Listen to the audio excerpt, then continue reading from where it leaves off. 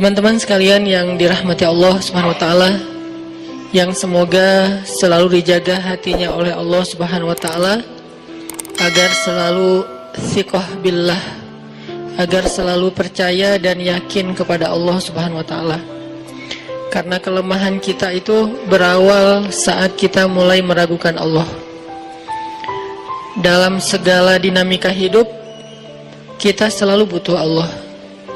Kita butuh Allah ketika Allah kasih kita ujian.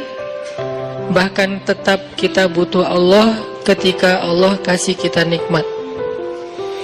Kalau kita butuh Allah saat diuji, agar kesabaran kita terjaga. Karena orang yang tidak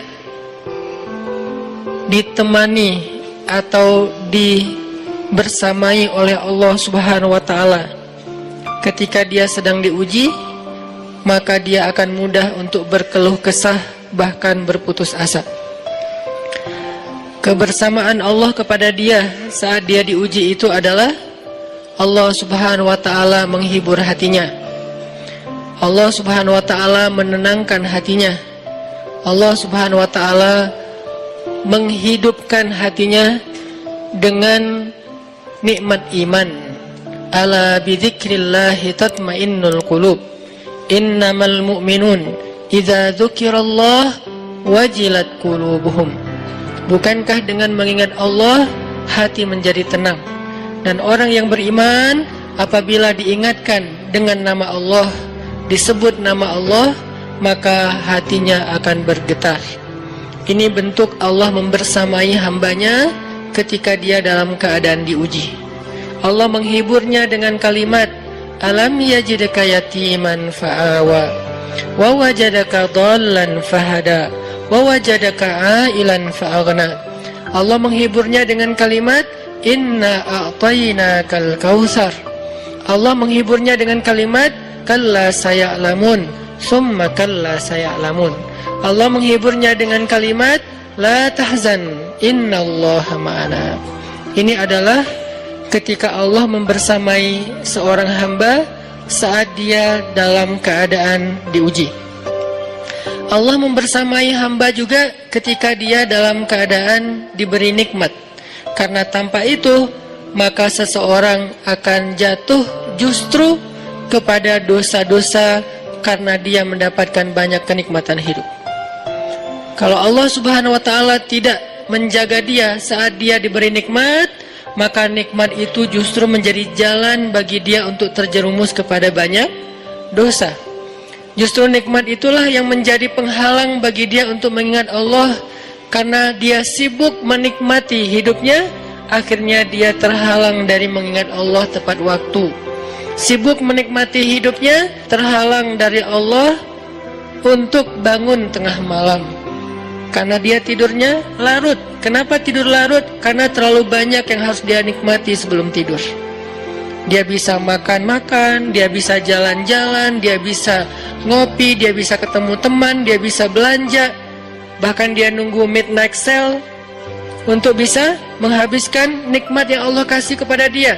Sehingga akhirnya tidurnya terlalu larut, lalu dia tidak bisa bangun untuk menghadap Allah, curhat kepada Allah. Hal yang selama ini dia lakukan justru ketika dia diuji oleh Allah. Ketika diuji oleh Allah, mudah bagi dia bangkit tengah malam, curhat, sujud panjang, menangis dalam doa. Ketika Allah kasih nikmat, curhatnya hilang, malamnya lelap, sampai bahkan subuhnya juga kelewat. Ini kalau Allah nggak membersamai seorang hamba ketika dia diberi nikmat.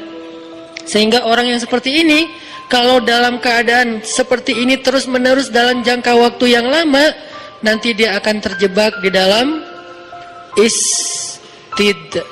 Fasta'inu bis-sabri was-shalah. Jadi minta tolongnya sama Allah dengan salat. Udah aja kalau misalnya kita lagi ada masalah, saya pengen sama menikahi perempuan itu, cuma kayaknya nggak selevel nih. Udah biar selevel salat gitu. Bukan biar selevel terus kita caper atau pakai berbagai macam pencitraan. Enggak, salat aja. Nanti Allah akan buat jalan-jalan yang min haitsu la yahtasib, enggak terduga-duga.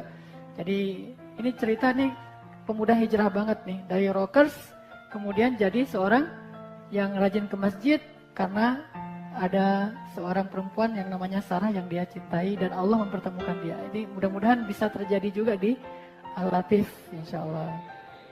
Aminin ya akhwat ya. Itu yang pertama ya, doa sama Allah. Yang kedua, say I love you. Nah, pernah nih ada seorang sahabat lagi duduk sama Nabi, tiba-tiba datang seorang laki-laki. Terus sahabat ini bilang ke Nabi, ya Rasul, saya itu cinta sama laki-laki itu karena kesolehannya. Jadi cinta karena Allah. Terus Nabi tanya, kamu udah kasih tahu ke dia kalau kamu cinta sama dia? Belum, kata dia. Kata Rasul, kalau kamu mencintai seseorang, katakan kepada dia, ana uhibbuka fillah. Kalau kepada sesama laki-laki, kalau kepada perempuan kan bukan ana uhibbuki fillah, I love you. Kan gitu aja ya, biar lebih berasa gitu kan. Say I love you. Jadi yang udah nikah nih, coba tanya muhasabah diri kita, sehari berapa kali kita ngomongin love kepada pasangan kita? Harusnya minimal setiap hari itu sekali. Dan alhamdulillah saya sampai hari setiap hari masih ngomongin love, tapi dengan cara yang kreatif. Jangan cara yang sama, kalau cara yang sama mah basi ya, 3 kali udah gak enak. Coba yang kreatif, mikirin, oh hari ini sih atau pakai agak-agak bahasa gitu kan. Tahu nggak waktu apa yang saya jawab?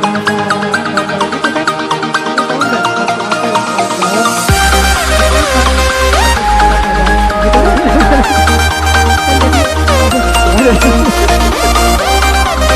Jadi berasa gitu kan, dari saya Allah itu yang sering. Bilang Allah itu kepada yang akan pacaran itu ada pahala, tapi bilang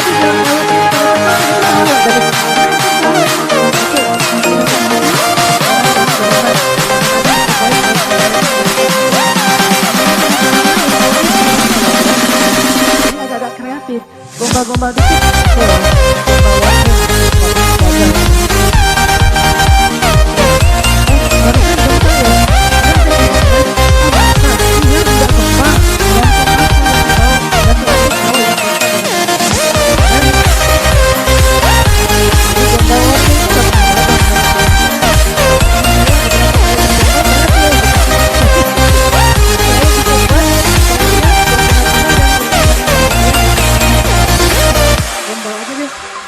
Gombalnya tuh yang tulus, karena ada gombal yang benar-benar lebay, tapi ada gombal yang tulus.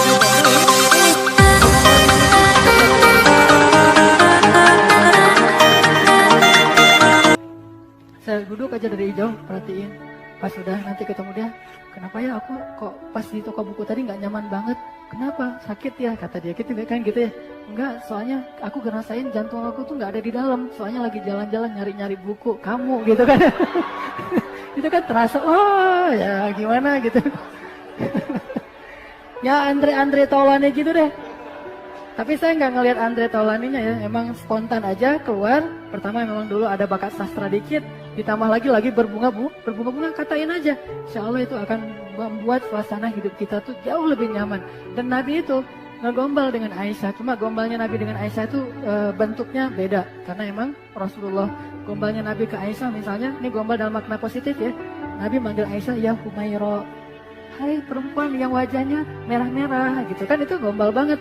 Terus ya Aish, atau kalau kata orang Sunda apa? Ya Ais, kan itu ya Ais. Ais itu yang cantiknya itu luar dalam gitu. Jadi bahasa-bahasa gombal warming ini harus jadi dilatih dari sekarang nih latihannya. Tapi latihannya sendiri dulu di cermin. Kira-kira saya kalau lagi gombal di cermin kelihatan nggak kalau saya bohong gitu. Jadi biar bagus nanti pas sudah nikah. Itu bagus banget, luar biasa kalau kita bisa ngucapin I love you kepada pasangan kita setiap hari lewat SMS. Tapi yang luar biasa juga tuh bisa lewat bunga. Kenapa? Kata para ulama, bunga bagi perempuan adalah sihir. Bunga untuk perempuan itu adalah sihir. Hampir tidak ada perempuan yang gak suka bunga. Jadi kalau kalian pengen nyihir cewek, pakai bunga. Tapi cewek yang dimaksud di sini adalah istri. Jadi kasih bunga. Saya pernah tuh agak-agak lucu sih. Saya bawa pulang bunga mawar pas lewat di Unpad tuh, lagi banyak jual-jualan bunga tuh. Saya beli. Pas saya bawa pulang ke rumah, memang timingnya nggak jelas sih. Timingnya pas istri saya lagi pindahan rumah. Ngasih bunga, coba bayangin tuh. Lagi pindahan rumah, ada bunga nih di jalan, beli deh. Lalu pas sampai di rumah, yang ada kejutan buat kamu. Apaan? Udah tutup mata dulu aja. Tapi udah pasti tahu lah, pasti hadiah biasa-biasa aja. Karena saya nggak sanggup beli yang mahal-mahal. Terus Pas dia buka matanya, loh bunga beli di mana? Pokoknya nggak usah tahu. Ya, makasih ya. Terus apa gitu kan ya? Apanya nggak usah dijelasin. Nah udah gitu kan lagi repot tuh pindah-pindahan ngepek barang. Besoknya sama, yang bunga kemarin mana? Aduh ketinggalan di rumah yang lama. Kan itu nggak keren banget tuh. Makanya kalau mau ngasih bunga cari timing yang lebih tepat gitu. Pas lagi ulang tahun atau apalah. Jangan setiap hari ngasih bunga, setiap hari ngasih bunga. Emangnya saya tukang kebun, kata istri kita.